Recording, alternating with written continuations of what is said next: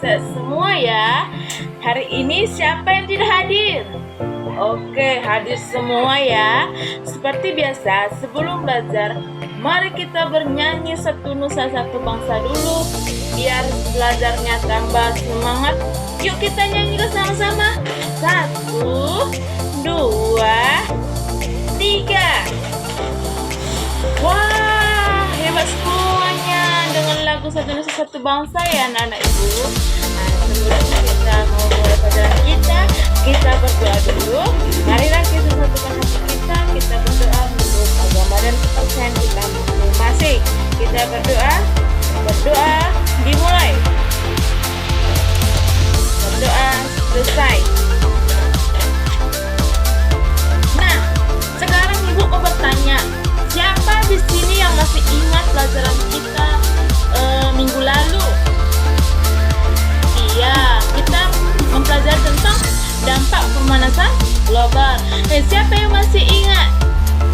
Iya, betul. Perubahan iklim. Lagi? Baik, ibu akan menjelaskan tentang dampak pemanasan global berikutnya, di mana kita akan mengetahui lebih luas apa itu dampak pemanasan global. Yang pertama, perubahan iklim yang sulit diprediksi saat itu menjadi tantangan besar bagi para ilmuwan dunia.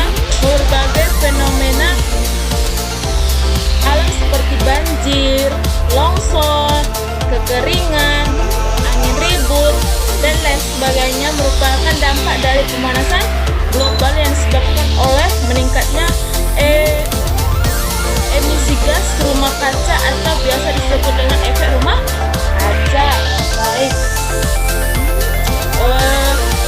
kita akan mengetahui apa itu penyebabnya, apa saja dampaknya, hal-hal kecil apa saja yang bisa kita lakukan untuk menjaga keseimbangan alam. Baik, ibu akan menjelaskan satu persatu kepada anak-anak ibu. Masih semangat? Masih. Baik, ibu akan menjelaskan yaitu pertama,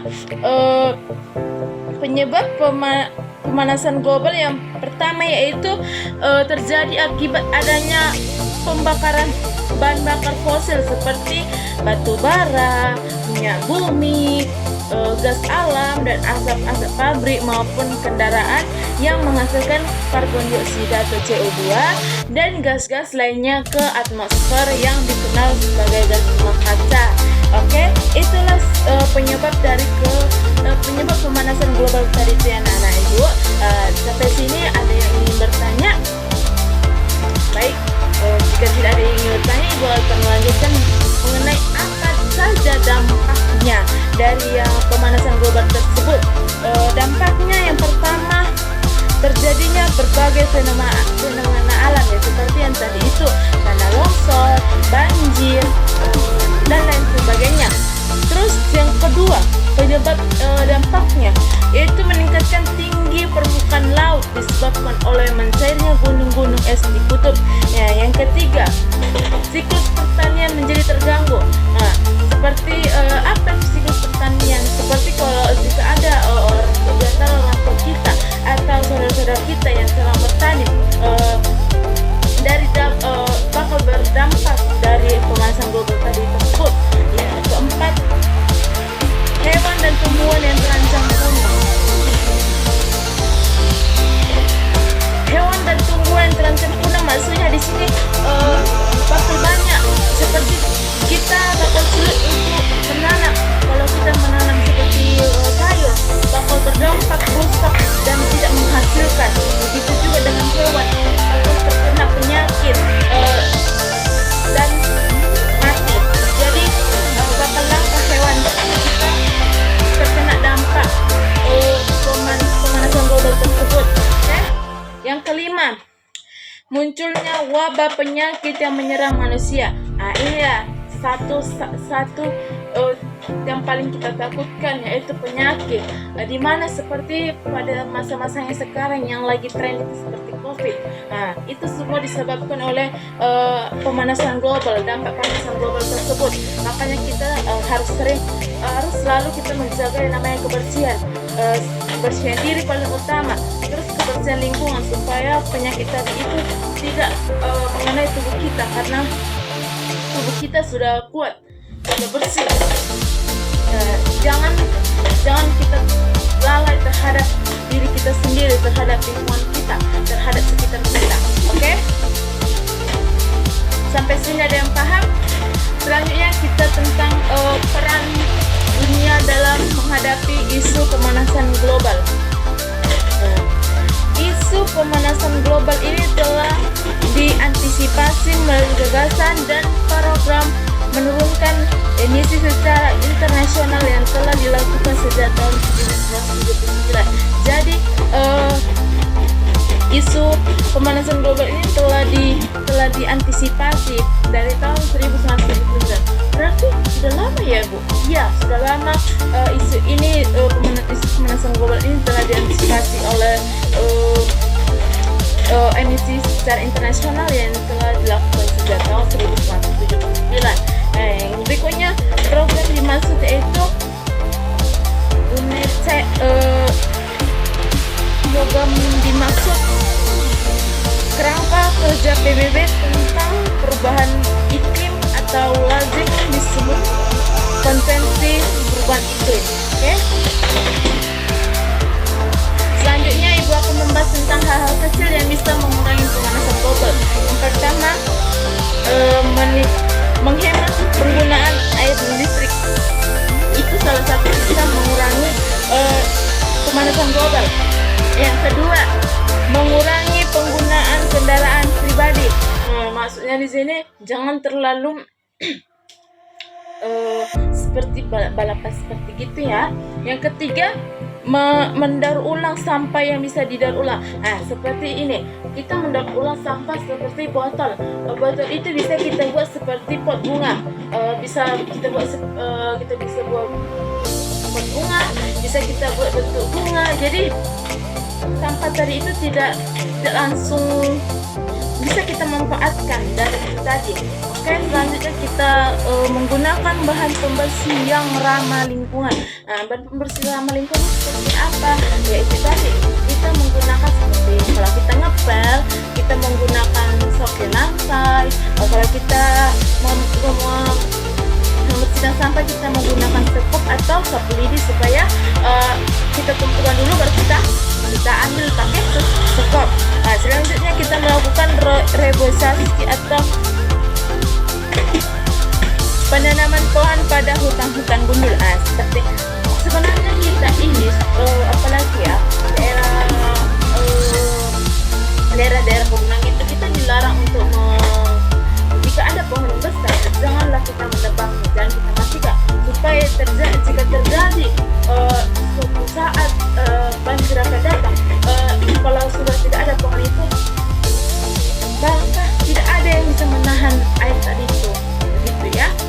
Jadi jika anak-anak ibu sekalian melihat ada pohon yang besar dan ada warga ingin memotong, segera kita larang supaya tidak terjadi hal-hal yang tidak kita inginkan. Dan seperti itu banjir, begitu ya ibu. Selanjutnya memanfaatkan sampah organik menjadi pupuk kompos atau kompos. Seperti sampah ini tadi, plastik nasi, daun-daun, bungkus makanan cemilan kita, seperti jajanan kita, bisa kita kumpul di satu tempat, terus kita biarkan di situ sampai dia membentuk, sampai dia menjadi sampah. Sampah itu tadi sampai menjadi pupuk, itulah yang kita sebut kompos. Itu bakal lebih bermanfaat. Oke? Selanjutnya kita tentang membahas. Oke, dari sini ada yang ingin anak ibu bertanya. Jika ada yang ingin bertanya, silakan ibu, silakan. Oke, ibu akan membahas tentang naskah dan puisi. Siapa di sini yang mengerti apa itu naskah, apa itu puisi? Baik, anak ibu siapa yang? Baik, ada yang mengerti apa naskah? Iya betul, bentuk tulisannya yang digunakan sebagai pedoman atau acuan dalam berbagai media. Oke, baik. Naskah Pengertian dari naskah yaitu suatu bentuk tulisan yang digunakan sebagai pedoman atau acuan dalam berbagai media seperti pertunjukan teater. Selanjutnya seperti film, radio, dan televisi. Nah, kita kan sudah tahu terus biasa kita dengar itu kan seperti kita nonton film. Nah itu dia tadi naskah tadi itu. Kita mendengar radio. Itu tadi dia naskah ya anak-anak ibu. Oke. Nah jadi naskah itu dia yang memiliki yang menunjukkan suatu pertunjukan. Oke. Nah seperti kalau kita sudah ini kan kita sudah SD ya, pasti kita mempunyai kakak kita atau kita, tapi kalau mereka tuh bakal ada yang membuat pertunjukan seperti kalau ini ya, seperti kalau dia di saat dia mau tamat, di saat dia mau lulus, mereka akan menggunakan pentas seni. Pentas seni tadi itu bisa tidak dia akan menunjukkan yang namanya pertunjukan teater, seperti itu ya anak ibu. Terus jenis-jenis naskah. Jenis-jenis naskah ini terbagi ada berapa? Ya, 3. Yang pertama, ya cerpen, presentasi, dan MC. Iya, naskah ini terbagi menjadi 3 seperti naskah cerpen, yang dimana naskah cerpen ini menceritakan suatu kejadian dalam lingkup waktu singkat, dalam waktu singkat. Kalau naskah presentasi ini dimana disusun untuk menyampaikan suatu materi atau topik kepada audiens atau kepada pesertanya ya, kepada pesertanya ya anak-anak ibu sekalian ya. Yang selanjutnya naskah MC. Naskah MC ya seperti kita, jika kita seperti kita kalau kita menonton pasti ada yang namanya MC-nya, pemandu acaranya ya, itu yang namanya naskah MC, mengarahkan, memandu suatu acara itu tadi. Nah jadi kalau kita nonton TV seperti berita pasti ada MC-nya, itu adalah pemandu suatu acaranya. Yang saya bertanya, yang saya begitulah. Oke. Selanjutnya kita tentang membahas puisi. Oke, siapa di sini yang tahu tentang puisi? Ya, puisi. Puisi terbagi menjadi 3. Apa saja puisi yang terbagi menjadi 3 anak-anak ibu sekalian? Ya, pandai, good kepada ya selalu paham ya. Yang pertama imaji ya, dimana imaji ini penggunaan bahasa yang kaya dan penuh makna untuk membangkitkan gambaran dalam pikiran membaca. Yang kedua majaz, penggunaan gaya bahasa seperti metafora, smile, personifikasi, dan lain-lainnya untuk memberikan efek khusus. Ya betul. Yang ketiga rima. Apa itu rima? Rima kesamaan bunyi di akhir baris puisi. Nah, jadi rima ini kesamaan bunyi di akhir baris puisi anak-anak ibu. Selanjutnya ibu akan menjelaskan yang namanya dari sini, dari materi ini siapa yang sudah mengerti apa itu tadi jenis-jenis puisi, apa itu tadi aneka bahasa puisi, apa itu tadi jenis naskah, apa itu tadi pengertian naskah. Apakah di antara ibu ada yang bertanya? Oke, sudah paham semuanya? Baik, jangan cuma paham aja ya nak, segera ya nak. Apakah masih semangat anak-anak ibu? Ya, masih semangat semuanya ya? Oke, mari berikan aplaus kepada anak-anak ibu semuanya. Mari kita tepuk tangan bersama. Oke, ibu akan menjelaskan tentang bahan dan proses fotosintesis. Siapa yang tahu itu fotosintesis apa? Ya, fotosintesis itu seperti, ya betul, fotosintesis. Ya baik, betul ya nak. Di sini Ibu akan menjelaskan proses fotosintesis. Yang pertama, melalui cahaya matahari. Cahaya matahari itu untuk apa? Bertugas untuk menyempurnakan proses fotosintesis. Nah, kedua, klorofil. Klorofil itu untuk apa? Ya, untuk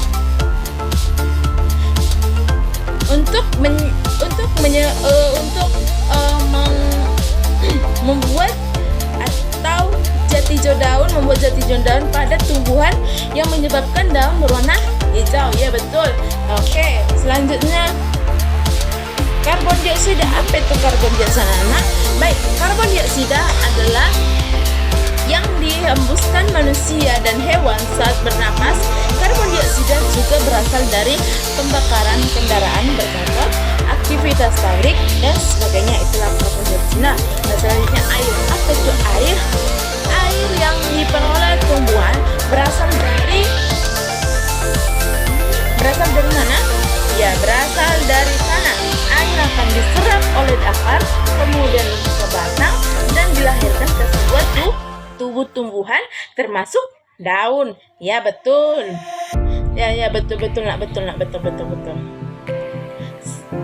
Selanjutnya hasil akhir. Hasil fotosintesis setelah semua proses selesai, tumbuhan akan menghasilkan karbohidrat dan gas oksigen. Nah, itulah yang dimaksud dengan proses fotosintesis, di mana fotosintesis ini sangat dibutuhkan supaya seperti kita makan itu tadi, seperti sayur kangkung, sayur bayam, sayuran, itu semua sudah berproses fotosintesis. Ya, kalau tidak maka tidak bisa kita makan. Oke, sekian dan terima kasih. Selamat pagi. Hanya inilah yang, jika ada anak-anak ibu yang tidak paham, boleh kasih waktu untuk bertanya. Nah, jika sudah paham, boleh lebih bertanya lagi supaya lebih paham. Dan jangan hanya diam-diam ya nak. Kalau diam-diam tidak artinya, karena kita bakal tidak akan menghasilkan, kita datang duduk diam cuma jika kita tidak bertanya. Ya baik, jika ada yang bertanya ibu persilakan. Baik, jika tidak ada bertanya, ibu akhiri pertemuan kita hari ini. Semoga dengan yang ibu jelaskan tadi bisa kita masukkan ke pikiran kita. Jangan hanya keluar kanan, masuk kanan, keluar kiri. Tidak ada